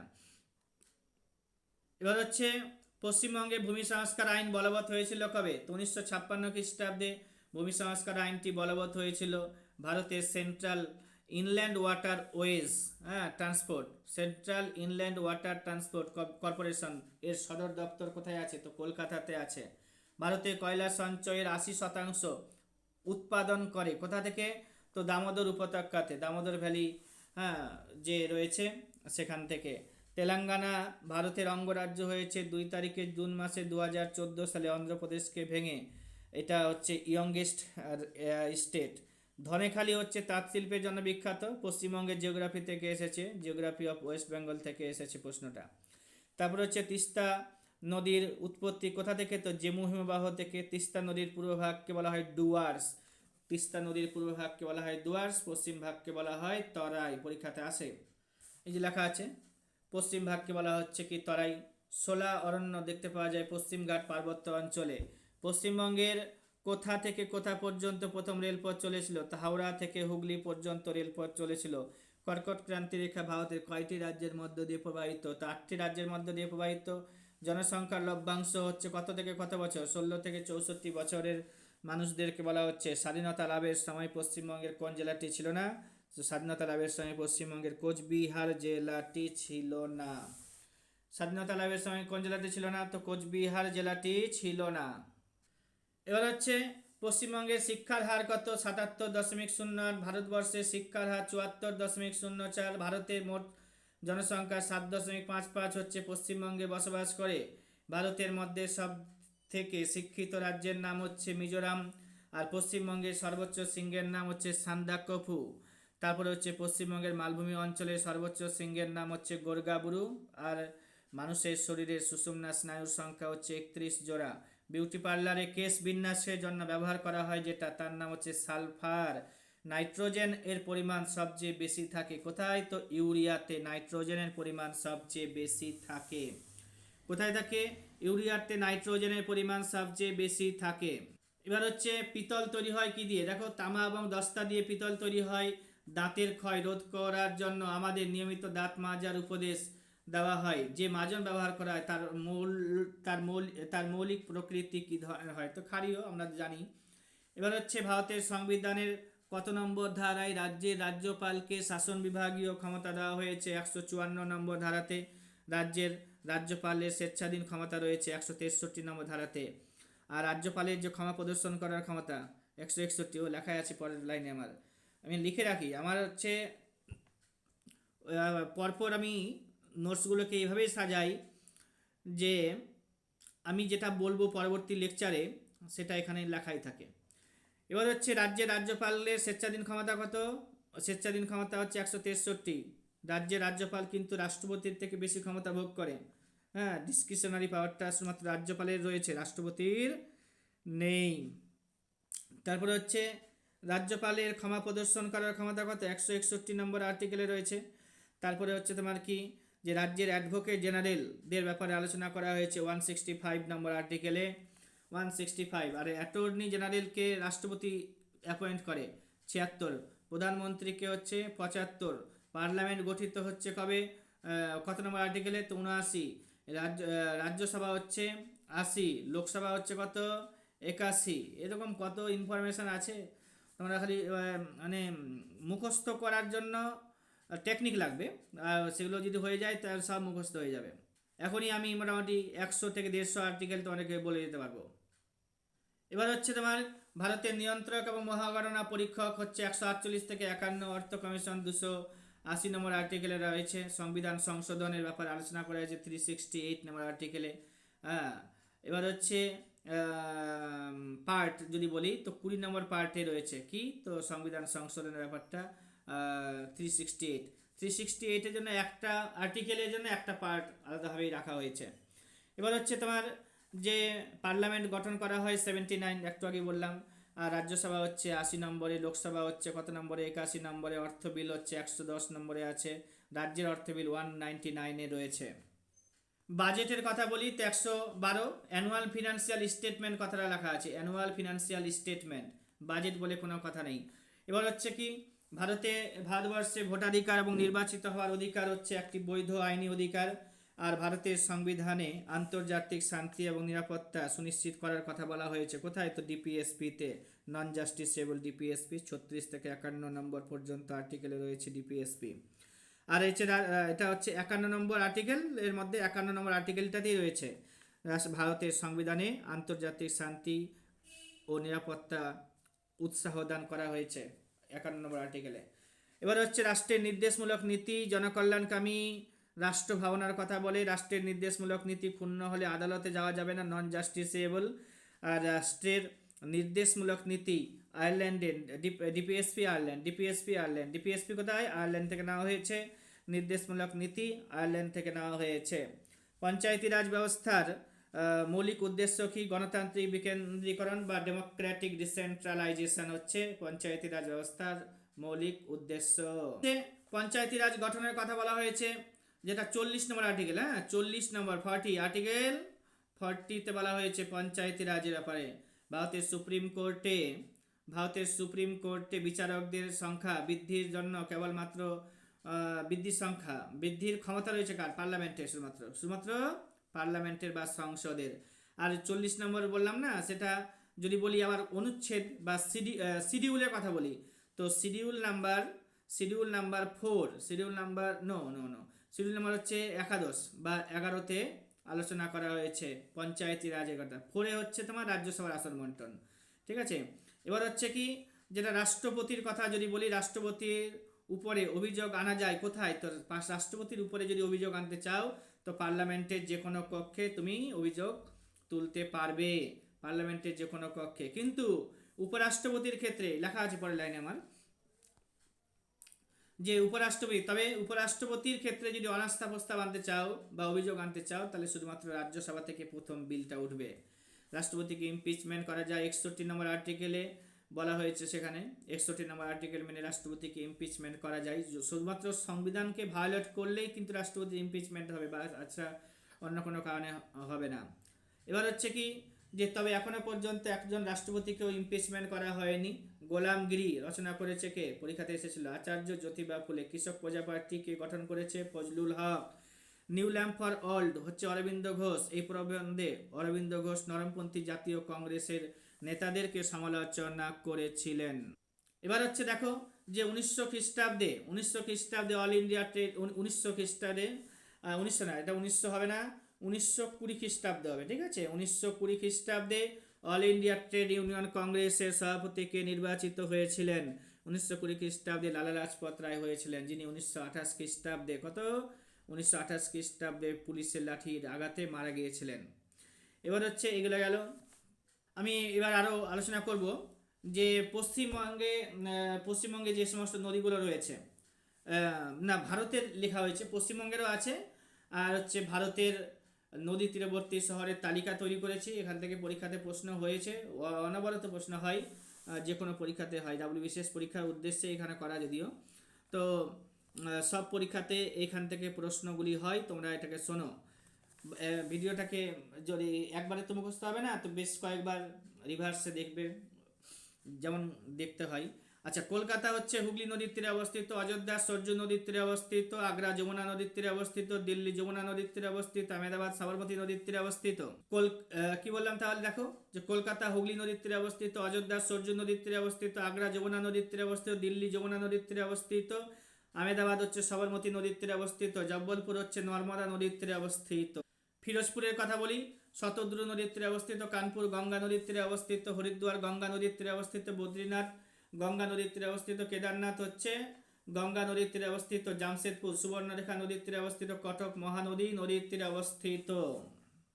তোমাদের মধ্যে যারা বিসিএস বা অন্যান্য পরীক্ষার জন্য কোচিং ক্লাসের খোঁজ করছো, ভালো কোচিং ক্লাস যেখানে তোমার জিকে বুস্ট হয়ে যাবে, ম্যাথ ভালো করে শিখে যাবে, ইংলিশ শিখে যাবে, তো তোমরা সময় নষ্ট না করে আমার কাছে অ্যাডমিশন নিতে পারো। হ্যাঁ, বেনিফিট অবশ্যই হবে। আমার ক্লাস মোটামুটি 1 বছর তো তোমাদের করাই উচিত, যারা চাকরির পরীক্ষার জন্য খাটাখাটনি করছো। 1 বছর আমার কাছে ক্লাস করলে আর পরবর্তীতে জিকে ভুলে যাচ্ছি এরকম কোনো ভাবনা চিন্তা থাকবে না। নাসিক হচ্ছে গোদাবরী নদীর তীরে অবস্থিত, উজ্জয়িনী শিপ্রা নদীর তীরে অবস্থিত, গুয়াহাটি ব্রহ্মপুত্র নদীর তীরে অবস্থিত, ডিব্রুগড় যেটা আছে ব্রহ্মপুত্র নদীর তীরে অবস্থিত, ডিব্রুগড় ব্রহ্মপুত্র নদীর তীরে অবস্থিত, গুয়াহাটি ব্রহ্মপুত্র নদীর তীরে অবস্থিত, উজ্জয়িনী শিপ্রা নদীর তীরে অবস্থিত, নাসিক গোদাবরী নদীর তীরে অবস্থিত। যেমনভাবে আমার মুখস্থ রয়েছে তেমনভাবে তোমাদেরও মুখস্থ হয়ে যাবে, ঠিক আছে? তো তেজপুর হচ্ছে, তেজপুর ব্রহ্মপুত্র নদীর তীরে অবস্থিত, এটা আসামে রয়েছে, ঠিক আছে? আসামের বর্তমান মুখ্যমন্ত্রীর নাম কি? হেমন্ত বিশ্ব শর্মা, ঠিক আছে? সেখানে আছে বগিবিল ব্রিজ রয়েছে। হায়দ্রাবাদ মুসি নদীর তীরে অবস্থিত, হায়দ্রাবাদ এবং সেকেন্দ্রাবাদকে যমজ শহর বলা হয়। তিরুচিরাপল্লী কাবেরী নদীর তীরে অবস্থিত, এটা কর্ণাটকে। আর কাবেরী নদীতে শিবসমুদ্রম জলপ্রপাত রয়েছে, কর্ণাটকে রয়েছে। কাবেরী নদীর যে ড্রেনেজটা সেটা বঙ্গোপসাগরে গিয়ে মিলেছে। বিজয়ওয়াড়া কৃষ্ণা নদীর তীরে অবস্থিত। তারপরে হচ্ছে তোমার লুধিয়ানার নামটা লেখা নাই, তো এটা মনে রাখতে হবে। এটা শতদ্রু নদী বা সুতলেজ নদীর তীরে অবস্থিত। সুরাট তাপ্তি নদীর তীরে অবস্থিত। লখনৌ গোমতী নদীর তীরে অবস্থিত। চম্বল নদীর তীরে কোটা শহর অবস্থিত। চম্বল নদীর তীরে কোটা শহর অবস্থিত। বারাণসী গঙ্গা নদীর তীরে অবস্থিত। ভাগলপুর গঙ্গা নদীর তীরে অবস্থিত। সম্বলপুর যেটা হচ্ছে নদীর তীরে অবস্থিত। শ্রীনগর কোন নদীর তীরে অবস্থিত? ঝিলাম নদীর তীরে অবস্থিত। শিলিগুড়ি মহানন্দা ও আলসন WBCS পরীক্ষাতে জিজ্ঞাসা করা হয়েছে। জলপাইগুড়িও জিজ্ঞাসা করা হয়েছে। তিস্তা ও করলা নদীর তীরে অবস্থিত। তিলপাড়া ব্যারেজ কোন নদীর উপরে নির্মিত? তো ময়ূরাক্ষী নদীর উপরে নির্মিত। গোদাবরী এবং কৃষ্ণা নদীর যে বদ্বীপ রয়েছে তার মাঝে হ্রদ রয়েছে। কোন হ্রদ রয়েছে? এটা হচ্ছে কোলেরু হ্রদ রয়েছে। এটা একটু ভুল লেখা আছে, চিল্কাটা হবে না। কোলেরু হ্রদ রয়েছে অন্ধ্রপ্রদেশে। চুম্বি উপত্যকা কোন সীমান্তে অবস্থিত? সিকিম এবং ভুটান সীমান্তে অবস্থিত চুম্বি। পশ্চিমবঙ্গের কোন অঞ্চলে গনগনি মৃত্তিকা দেখতে পাওয়া যায়? তো ল্যাটেরাইট মৃত্তিকা অঞ্চলে গনগনি উৎসব দেখতে পাওয়া যায়। ভূমিকম্পের মাপক যন্ত্রের নাম সিসমোগ্রাফ। ভূমিকম্পের তীব্রতা মাপক যন্ত্রের নাম হচ্ছে রিক্টার স্কেল। বৈদ্যুতিক বাল্বে নাইট্রোজেন গ্যাস থাকে, এটা আমি এর আগেও বলেছি। আর পৃথিবীর দীর্ঘতম পর্বতমালার নাম হচ্ছে আন্দিজ। পৃথিবীর হচ্ছে আন্দিজ যে পর্বতমালাটা বললাম সেটা রয়েছে দক্ষিণ আমেরিকাতে। আর হচ্ছে পৃথিবীর দীর্ঘতম নদীর নাম হচ্ছে নীল নদী, সবাই জানি। বৃহত্তম মহাসাগর হচ্ছে প্রশান্ত মহাসাগর। বৃহত্তম নদী, পৃথিবীর মধ্যে বৃহত্তম নদীর নাম কি? আমাজন নদী। পৃথিবীর বৃহত্তম যে গিরিখাত তার নাম হচ্ছে গ্র্যান্ড ক্যানিয়ন গিরিখাত। আর পৃথিবীর দীর্ঘতম পর্বতমালা হচ্ছে আন্দিজ। এই যে দীর্ঘতম পর্বতমালার নাম হচ্ছে আন্দিজ। পৃথিবীর ক্ষুদ্রতম মহাসাগরের নাম হলো আর্কটিক ওশেন। পৃথিবীর ক্ষুদ্রতম হচ্ছে আর্কটিক ওশেন। আর পৃথিবীর দীর্ঘতম সমুদ্রের নাম হচ্ছে দক্ষিণ চীন সাগর। পৃথিবীর যে দীর্ঘতম রয়েছে সমুদ্র দক্ষিণ চীন সাগর। পৃথিবীর বৃহত্তম বদ্বীপ হচ্ছে গ্রিনল্যান্ড। পৃথিবীর বৃহত্তম উপদ্বীপের নাম হচ্ছে আরব উপদ্বীপ। পৃথিবীর বৃহত্তম নদী উপত্যকা আমাজন নদী উপত্যকা। পৃথিবীর বৃহত্তম বদ্বীপ হচ্ছে গঙ্গা ব্রহ্মপুত্র বদ্বীপ। এটি সুন্দরবন বদ্বীপ নামে পরিচিত, সুন্দরবন বদ্বীপ অঞ্চল। পৃথিবীর দীর্ঘতম খাল গ্র্যান্ড ক্যানিয়ন খাল বা গ্র্যান্ড ক্যানেল। আর পৃথিবীর বৃহত্তম নদী উপত্যকার নাম আমাজন নদী উপত্যকা। কেন্দ্রীয় ধান গবেষণাগার কেন্দ্র কোথায় রয়েছে? উড়িষ্যার কটকে। এটা দেহরাদুন হবে না, উড়িষ্যার কটক হবে। আর বন গবেষণাগার কেন্দ্র হচ্ছে দেরাদুনে। বন গবেষণাগার কেন্দ্র কোথায় রয়েছে? এই দেরাদুনে রয়েছে বন গবেষণাগার কেন্দ্র। বন গবেষণাগার কেন্দ্র দেরাদুনে, ধান গবেষণাগার কেন্দ্র উড়িষ্যার কটকে, আর ভারতের পেট্রোলিয়াম রিসার্চ সেন্টার হচ্ছে দেরাদুনে। আর হচ্ছে দেরাদুন ভারতের কোন রাজ্যে অবস্থিত? উত্তরাখণ্ডে অবস্থিত। উত্তরাখণ্ডের সর্বোচ্চ শৃঙ্গের নাম কি? নন্দা দেবী উত্তরাখণ্ডে অবস্থিত। উত্তরাখণ্ডে অবস্থিত ভারতের গিরিখাত যেগুলো রয়েছে, নীতি, মানা, লিপুলেখলা, নীতি পাস, মানা পাস, লিপুলেখলা পাস, নীতি, মানা, লিপুলেখলা, ঠিক আছে, এই তিনটি পাস রয়েছে উত্তরাখণ্ডে, পরীক্ষাতে আসে। সিকিমে আসে জেলেপলা, নাথুলা, নাকুলা, এগুলো আসে পরীক্ষাতে। ভারতের জাহাজ গবেষণাগার কেন্দ্র কোথায় রয়েছে? চেন্নাইতে। চামড়া গবেষণাগার কেন্দ্র একটা আবার চেন্নাইতে রয়েছে। গম গবেষণা এবার হচ্ছে উত্তরাখণ্ড এসে রয়েছে কানপুরে। এবার হচ্ছে গম রিসার্চ সেন্টার, গম গবেষণাগার কেন্দ্র হচ্ছে পুসাতে, পাট গবেষণাগার কেন্দ্র হচ্ছে ব্যারাকপুরে, মৎস্য গবেষণাগার কেন্দ্র হচ্ছে জুনপুটে, ধান গবেষণাগার কেন্দ্র, সবচেয়ে বেশি ট্যানারি পাওয়া যায় অর্থাৎ চামড়ার কারখানা, সেটা হচ্ছে কানপুরে। আর হচ্ছে কেন্দ্রীয় ধান গবেষণাগার কেন্দ্র উড়িষ্যার কটকে, একটু আগেই বলে দিলাম। মহানদী কোন রাজ্যে রয়েছে? তো মহানদী হচ্ছে উড়িষ্যাতে রয়েছে মহানদী। কোন রাজ্যে বললাম? উড়িষ্যাতে মহানদী রয়েছে। মোহনচরণ মাঝি উড়িষ্যার মুখ্যমন্ত্রী বর্তমানে। ভারতে বর্তমানে 160টি ন্যাশনাল পার্ক রয়েছে, 96টি না, এখন 98 হয়ে গেছে। 98টা হচ্ছে তোমার রামসার সাইট, সবচেয়ে বেশি রামসার সাইট রয়েছে মেক্সিকোতে, তারপরে হচ্ছে ইউকে অর্থাৎ ইংল্যান্ডে, তারপরে ভারতে। ভারত তখন রামসার সাইটের দিক থেকে তৃতীয় নম্বরে এসে গেছে। ভারতে সবচেয়ে বেশি পরিমাণে ন্যাশনাল পার্ক রয়েছে কোন রাজ্যে? তো মধ্যপ্রদেশে, আমরা অনেক দিন থেকেই জানি 11টি আছে। এবার হচ্ছে রামসার সাইট সব থেকে বেশি রয়েছে তামিলনাড়ুতে। কোথায় বললাম? তামিলনাড়ুতে। কতটি আছে? 20টি আছে। 20টি আছে।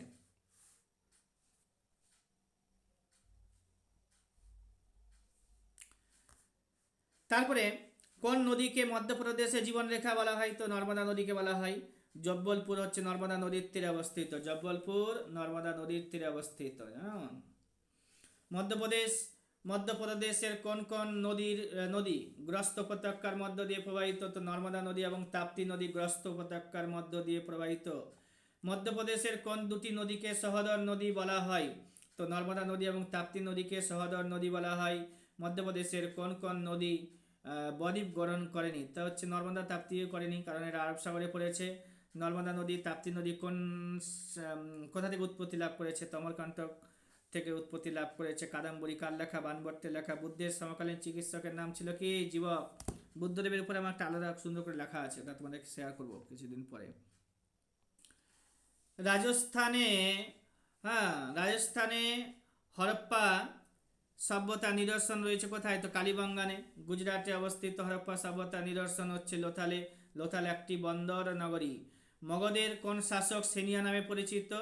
বিম্বিসার সেনিয়া নামে পরিচিত। অজাতশত্রু কুনিক নামে পরিচিত। অজাতশত্রু তাহার পিতা বিম্বিসারকে হত্যা করে কুনিক উপাধি ধারণ করে মগধের সিংহাসনে বসেছিলেন, তাই অজাতশত্রুকে পিতৃহন্তাকারী বলা হয়।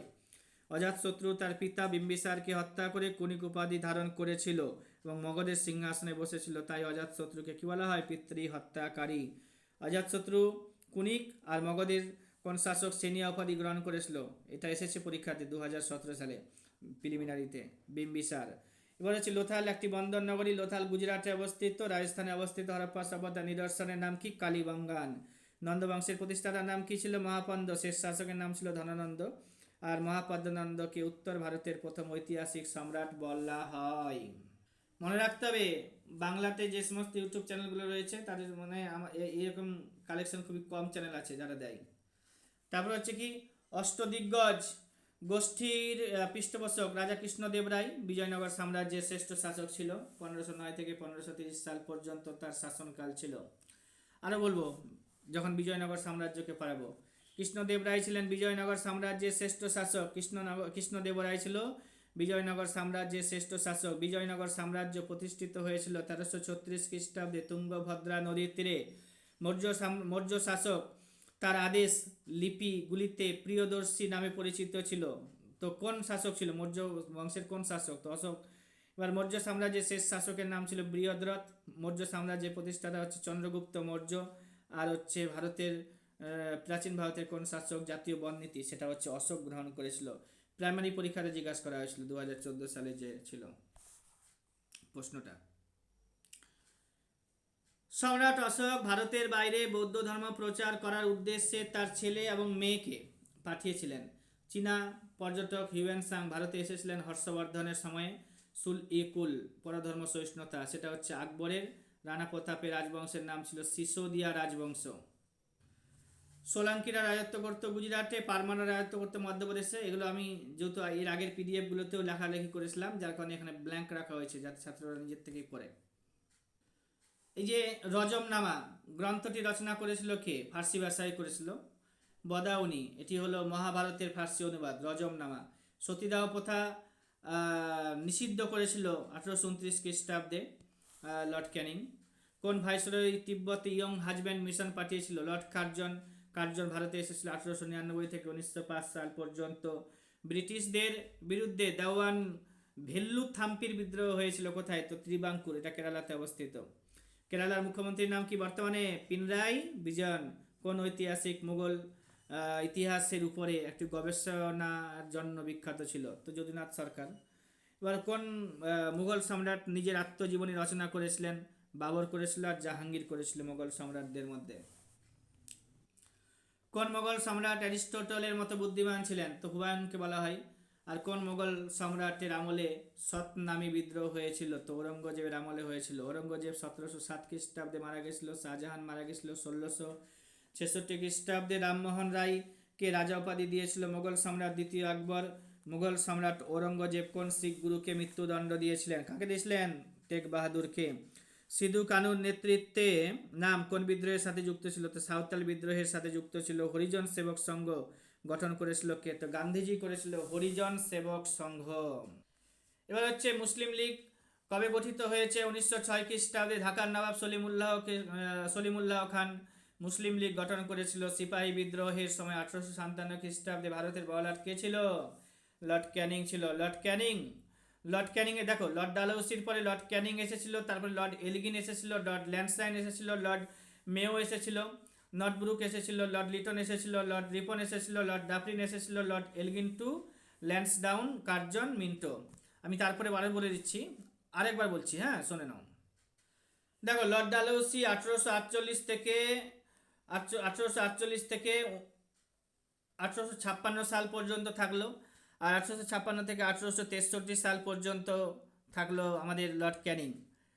আর 63 থেকে 64 হচ্ছে আমাদের লর্ড এলগিন। ল্যান্ডসলাইন হচ্ছে 64 থেকে 69 সাল পর্যন্ত ছিল। লর্ড মেও 69 থেকে 72 সাল পর্যন্ত। এটা হচ্ছে 1869 থেকে 72, সবগুলো 1800 ঘরের কথা বলছি এখানে। নর্থ ব্রুকের কথা যদি বলি, লর্ড মেও মারা গেছিল ভারতে শের আলীর হাতে। 72 থেকে 76 হচ্ছে নর্থ ব্রুকের টাইম। তারপরে 4 বছর 72 থেকে 76 থেকে 80 হচ্ছে লর্ড লিটনের সময়। লিটনের পরে 76 থেকে 80 সাল পর্যন্ত রিপনের সময়। 80 থেকে 84 সাল পর্যন্ত হচ্ছে ডাফরিনের সময়। ডাফরিনের পরে আসলো 84 থেকে 88, 88 থেকে 92, 93, 94, 88 থেকে 94 পর্যন্ত হচ্ছে লর্ড এলগিনের সময়। তারপরে লর্ড ল্যান্সডাউন 1894 থেকে 1899 সাল পর্যন্ত। আর তারপরে কার্জন 1899 থেকে 1905, তারপরে 5 থেকে 10 সাল পর্যন্ত লর্ড মিন্টো। তারপরে আসবে হার্ডিঞ্জ, 10 থেকে 16 সাল পর্যন্ত থাকবে হার্ডিঞ্জের পরে আসবে চেমসফোর্ড, 16 থেকে 21 সাল পর্যন্ত। 21 থেকে 26 লর্ড রিডিংয়ের পরে আসবে আরউইন, 26 থেকে 31। তারপরে আসবে ওয়েলিংডন, 31 থেকে 36। তারপরে আসবে লিনলিডগো, 36 থেকে 44। তারপরে আসবে তোমার ওয়াভেল আসবে, 44-45 সাল পর্যন্ত থাকবে। তারপরে লর্ড মাউন্ট ব্যাটেন আসবে স্বাধীনতার সময়, 47-48 সাল পর্যন্ত থাকবে। তারপরে আমাদের চক্রবর্তী রাজা গোপালাচারী। এই কটা নাম যদি মনে রাখা যায়, আর লর্ড ডালহৌসি থেকে একদম মানে চক্রবর্তী রাজা গোপালাচারী পর্যন্ত টাইম পিরিয়ড সহকারে, তাহলে কিন্তু অনেক সুবিধা হয়ে যাবে ইতিহাস পড়ার জন্য। তো আমার যারা স্টুডেন্ট, রেগুলার স্টুডেন্ট, তারা কিন্তু এগুলো পারে, কেউ কেউ যারা পারে তারা ইতিহাস শিখেছে। এবার হচ্ছে কোন ঘটনার পরে গান্ধীজি অসহযোগ আন্দোলন প্রত্যাহার করে নিয়েছিল? তো চৌরি চৌরা ইনসিডেন্ট 1922 খ্রিস্টাব্দে। জালিয়ানওয়ালাবাগের হত্যাকাণ্ড একটু আগেই পড়েছি, 1919 খ্রিস্টাব্দে হয়েছিল। ডান্ডি মার্চ পরীক্ষাতে কতবার আসলো দেখো, যে 1930 খ্রিস্টাব্দে রাওলাট আইন, 1919 খ্রিস্টাব্দে অসহযোগ আন্দোলন, 1920 খ্রিস্টাব্দে জাতীয় কংগ্রেসের স্থাপনা, 1885 খ্রিস্টাব্দে জাতীয় কংগ্রেস ও মুসলিম লীগের মধ্যে লখনৌ চুক্তি, 1916 খ্রিস্টাব্দে। ভারতের রাজধানী কলকাতা থেকে দিল্লিতে চলে যাচ্ছে 1911 খ্রিস্টাব্দে। স্বদেশী আন্দোলন, বয়কট আন্দোলন 1905 খ্রিস্টাব্দে। মুসলিম লীগ তৈরি হচ্ছে 1906 খ্রিস্টাব্দে। জাতীয় কংগ্রেসের সুরাট অধিবেশন 1907 খ্রিস্টাব্দে। আলিগড় আন্দোলনের কেন্দ্র ছিল কোথায়? তো অ্যাংলো ওরিয়েন্টাল কলেজে। কোন মুসলিম নেতা জাতীয় কংগ্রেসে মুসলমানদের জয়েন করতে বারণ করেছিল? ঠিক আছে, স্যার সৈয়দ আহমেদ খান। কোন মুসলিম নেতা জাতীয় কংগ্রেসে মুসলমানদের বা মুসলিম লীগকে জয়েন করতে বারণ করেছিল? তো দেখো কে বলেছিল, স্যার সৈয়দ আহমেদ খান। জাতীয় কংগ্রেসের মুসলিমদেরকে জাতীয় কংগ্রেসে যোগদান করতে বলেছিল যে, তার নাম হচ্ছে চৌধুরী রহিমতুল্লাহ সাহানি। যে বারণ করেছিল তার নাম স্যার সৈয়দ আহমেদ খান, আর যে জয়েন করতে বলেছিল তার নাম হচ্ছে চৌধুরী রহিমতুল্লাহ সাহানি। এখানে বেশ কিছু হোম টাস্ক আছে, যেগুলো তোমরা কি পারবে কিনা দেখে নাও। মানে এতক্ষণ যা আলোচনা করলাম তার মধ্যে থেকেই আছে। তারপরে আমি বলে দিচ্ছি, দেখো তোমরা আবার লিখে নিবে। যে হচ্ছে তোমার জাতীয় কংগ্রেসের প্রথম অধিবেশন বসেছিল বোম্বাইতে গোকুলদাস তেজপাল সংস্কৃত কলেজে 1885 খ্রিস্টাব্দে। এখানে সভাপতির নাম জিজ্ঞাসা করেছে, WC ব্যানার্জি। আর কোন সময়কে জাতীয় কংগ্রেসের নরমপন্থী ফেজ বলা হয়? তো 1885 থেকে 1907 সাল পর্যন্ত। বঙ্গভঙ্গ রদ হয়েছিল কবে? তো 1911 সালে। ফরওয়ার্ড ব্লক তৈরি হয়েছে কবে? তো 1939 খ্রিস্টাব্দে। সুভাষচন্দ্র বসু গঠন করেছিল ফরওয়ার্ড ব্লক। এবার হচ্ছে গেল। আর হচ্ছে আজাদিন ফৌজের প্রতিষ্ঠাতাকে? তো রাসবিহারী বসুকে। কিপস মিশনের প্রস্তাবকে? একটি পোস্ট ডেটেড, এখানে পোস্ট ডেটেড চেক বলতে হবে, পোস্ট ডেটেড চেক বলেছিল। তো মহাত্মা গান্ধী বলেছিল প্রত্যক্ষ সংগ্রাম দিবস পালন করা হয় কবে? তো 1929 খ্রিস্টাব্দে। তারপর হচ্ছে মুসলিম লীগ কবে মুক্তি দিবস পালন করেছিল? তো এটা বলেছিলাম একটু আগে, 1939 খ্রিস্টাব্দের 22 তারিখে ডিসেম্বর মাসে। ঠিক আছে, এবার হচ্ছে জাতীয় কংগ্রেসের তরফ থেকে মার্চ প্রপোজাল 1940 মার্চ প্রপোজাল দেওয়া হয়েছিল ইংরেজদেরকে কত? তো 1940 খ্রিস্টাব্দে। ইংরেজরা মার্চ প্রপোজাল এর পরিপ্রেক্ষিতে আগস্ট অফার ঘোষণা করেছিল আগস্ট মাসে 1940 খ্রিস্টাব্দে। জাতীয় কংগ্রেসের সবচেয়ে কম বয়সী সভাপতির নাম মৌলানা আবুল কালাম আজাদ, 40 থেকে 46 সাল পর্যন্ত ছিল। 1940 থেকে 1946 সাল পর্যন্ত। ঠিক আছে, 40 থেকে 1946 সাল পর্যন্ত। এবার হচ্ছে স্বাধীন ভারতের প্রথম গভর্নর জেনারেল। তো এটা হচ্ছে স্বাধীন ভারতের প্রথম গভর্নর জেনারেল যদি বলে লর্ড মাউন্ট ব্যাটেন। আর স্বাধীন ভারতের শেষ গভর্নর জেনারেলের নাম যদি বলি তো চক্রবর্তী রাজা গোপালাচারী হবে। আর স্বাধীন ভারতের স্বাধীনতা আইন পাস কবে গৃহীত হয়েছিল? এটা হচ্ছে কবে গৃহীত হয়েছিল? 18ই জুলাই 1946 সালে। এবার হচ্ছে যেটা 46 না 47 সালে। কে কে কত সালে কার নেতৃত্বে চট্টগ্রাম অস্ত্রাগার লুণ্ঠন করেছিল? তো মাস্টারদা সূর্য সেনের নেতৃত্বে করেছিল। 1931 খ্রিস্টাব্দে 18 তারিখে এপ্রিল মাসে চট্টগ্রাম অস্ত্রাগার লুণ্ঠন বা চিটাগাং আর্মারি রেড করা হয়েছিল মাস্টারদা সূর্য সেন এর নেতৃত্বে। 1946 খ্রিস্টাব্দে কোন মিশন এসেছিল? তো ক্যাবিনেট মিশন এসেছিল, যার হেড ছিল লর্ড পেট্রিক লরেন্স। তাকে সাহায্য করেছিল আরও দুজন, এবি আলেকজান্ডার এবং স্যার স্টেফোর্ড ক্রেভস। এগুলো আছে পরীক্ষাতে। মুল্লা পেরিয়ার বাঁধ এর অসন্তোষের কারণ কি ছিল? যে মুল্লা পেরিয়ার ড্যামের নিয়ে অসন্তোষ রয়েছে তামিলনাড়ু এবং কেরল রাজ্যের সঙ্গে। জনসংখ্যার হিসেবে পৃথিবীতে ভারতের স্থান কত? দ্বিতীয় স্থানে রয়েছে, কিন্তু এই জনসংখ্যার এখন হয়ে গেছে প্রথম। আর কিন্তু আয়তনের দিক থেকে পৃথিবীতে ভারত হয়েছে 7ম স্থানে। যে 7ম স্থান রয়েছে তার আগে যে দেশগুলো রয়েছে দেখো, রাশিয়া হচ্ছে 1 নম্বরে, কানাডা হচ্ছে 2য় নম্বরে, চায়না হচ্ছে 3য় নম্বরে, আমেরিকা হচ্ছে 4র্থ নম্বরে। এই দুটো নিয়ে ফের গন্ডগোল হয়, অনেক জায়গায় বলে আমেরিকা এবং চায়না পরে। তো যাই হোক, চায়না আমেরিকা বা আমেরিকা চায়না, তারপরে হচ্ছে ব্রাজিল, তারপর হচ্ছে অস্ট্রেলিয়া, তারপরে হচ্ছে ভারত। ভারতের থেকে একটু বড় হচ্ছে অস্ট্রেলিয়া। এবার হচ্ছে স্টকহোম কনফারেন্সের পরিপ্রেক্ষিতে ভারত সরকার পরিবেশ পরিকল্পনা সমন্বয়কারী জাতীয় কমিটি গঠন করেছিল। সাল কত? 1972 খ্রিস্টাব্দে। ভারতের পশ্চিম উপকূলে অবস্থিত পশ্চিমঘাট পর্বতমালার বেশ পশ্চিমঘাট পর্বতমালা, পশ্চিম উপকূলে পশ্চিমঘাট পর্বতমালা বেশ গুরুত্বপূর্ণ। এখানে ঘাট কথার অর্থ, কর্তার না, কথার অর্থ হচ্ছে ফাঁক বা পথ। নবগঠিত অন্ধ্রপ্রদেশ রাজ্যের রাজধানীর নাম হচ্ছে কি? অমরাবতী। পোলাভরম ব্রিজ, যেটা হচ্ছে গোদাবরী নদীতে রয়েছে। গোদাবরীকে দক্ষিণ ভারতের গঙ্গা বলা হয়। আয়তনের দিক থেকে এটা বড় দক্ষিণ ভারতের মধ্যে। কত? 1465 কিলোমিটার। লেখা থাকে আমার নোটসে, 1465 কিলোমিটার, দেখে নিতে পারো। এবার সাধারণত গ্রীষ্মকালীন মৌসুমি বায়ু দক্ষিণবঙ্গে এসে পৌঁছায় কবে? জুন মাসে 10 থেকে 15 তারিখের মধ্যে। আর প্রথম রাজ্য যেটা হচ্ছে কেরালা, যেখানে প্রত্যেক বছর বৃষ্টিপাত হবেই 1 জুন। আর পশ্চিমবঙ্গের বদ্বীপ অঞ্চলে নিম্নলিখিত কোনটি আহরণ করা হয় না? তো এখানে প্রাকৃতিক গ্যাস আহরণ করা হয়, বালি কাদা সবই করা হয়, ভৌমজল নয়। এবার হচ্ছে ভারতের কোন রাজ্যে বার্ষিক বৃষ্টিপাতের শতকরা তারতম্য লক্ষ্য করা যায় বেশি? তো এটা হচ্ছে সর্বাধিক তারতম্য, তো হচ্ছে মেঘালয়তে। ফারাক্কা ব্যারেজ কেন তৈরি করা হয়েছিল? হুগলি নদীতে জলের প্রবাহ বৃদ্ধি করার জন্য। কোন রাজ্যে, পশ্চিমবঙ্গ রাজ্যে কোন জেলা মানব উন্নয়ন সূচকে সবথেকে উন্নত? কলকাতা।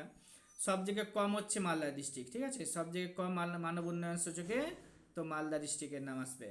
এই যে লেখা আছে আমার এখানে, সর্বনিম্ন সূচকে রয়েছে মালদা। আর পৃথিবীর মোট স্থলভাগের কত শতাংশ ভারত রয়েছে? তো 2.4 যদি স্থলভাগের বলি। আর যদি বলি পৃথিবীর মোট জল স্থল সব মিলে, তাহলে হচ্ছে 0.5%। ভারতের সবচেয়ে বেশি এলাকা জুড়ে রয়েছে পলিমৃত্তিকা, 46% অ্যাবাউট। এবার হচ্ছে নিম্নলিখিত কোন রাজ্যে স্থানান্তর কৃষি দেখা যায় না? তো পশ্চিমবঙ্গে দেখা যায় না। এবার হচ্ছে যে রাজ্যগুলি ছিল তার মধ্যে পশ্চিমবঙ্গের নামটা নেওয়া হয়েছিল। আর ভারতের সবুজ বিপ্লবের জনক হচ্ছে MS স্বামীনাথন। তিনি গম চাষের জন্য বিখ্যাত। গম উৎপাদন বেশি হয়েছিল এই সবুজ বিপ্লবের ক্ষেত্রে, সার্থক লাভ করেছিল। এছাড়া আরও আছে যে ফসলগুলো। কৃষি উৎপাদনের মূল্য হিসেবে ভারতের সবচেয়ে গুরুত্বপূর্ণ বাণিজ্যিক ফসল যদি বলি আখ বা ইক্ষু। ভারতে সর্বপ্রথম খনিজ তেল আবিষ্কৃত হয়েছে আসামের ডিগবয়। ভারতের কোন রাজ্যে বায়ু প্রবাহ শক্তির বৃহত্তম সরঞ্জাম সংস্থাপিত হয়েছে? তো তামিলনাড়ু। দামোদর ভ্যালি কর্পোরেশন হলো ভারতের কেন্দ্রীয় সরকার, পশ্চিমবঙ্গ সরকার, ঝাড়খণ্ড রাজ্য সরকারের প্রতিনিধিত্বমূলক একটি সংস্থা। এলাকা এবং জনসংখ্যার ভিত্তিতে ভারতের সর্বাধিক বৃহত্তম নগরপুঞ্জের নাম বললে মুম্বাই আসবে। নিম্নলিখিত রাজ্যগুলির মধ্যে নিম্নলিখিত জায়গাগুলির মধ্যে কোন বন্দরে বা বন্দরগুলির মধ্যে কোথায় স্বাভাবিক পোতাশ্রয় রয়েছে? তো স্বাভাবিক পোতাশ্রয় রয়েছে বিশাখাপত্তনমে। ভারতে 13টি প্রধান বন্দর রয়েছে, সেই নামগুলো লাগবে। পূর্ব উপকূলে কোনটি রয়েছে, পশ্চিম উপকূলে কোনগুলো রয়েছে, আমরা ক্লাসে আলোচনা করেছি, সেগুলো আবার তোমাদেরকে মনে রাখতে হবে। আর ভিডিওটা দেখার সাথে সাথে তোমরা একটু রিমাইন্ডার করে নাও চোখ বন্ধ করে। আরও থাকবে যে ছত্তিশগড় রাজ্যের যে ভিলাই কারখানাটা রয়েছে সেটি হচ্ছে লৌহ ইস্পাত কারখানা ভিলাইয়ে। আর ভারতে পঞ্চায়েতি রাজ ব্যবস্থা, ত্রিস্তরীয় রাজ্যসভার চেয়ারম্যান, উপরাষ্ট্রপতি, ভারতের প্রজাতন্ত্রের প্রথম নাগরিক রাষ্ট্রপতি। জোরে জোরে পড়ছি কেন? যেগুলো আমি এর আগেও পড়লাম। এবার হচ্ছে ভারতের মোট অভ্যন্তরীণ সঞ্চয় সর্বাধিক অবদান রয়েছে পরিষেবা ক্ষেত্র বা সার্ভিস সেক্টর। অর্থনৈতিক সংস্কার ভারতে কোন সালে হয়েছিল? 1991 সালে।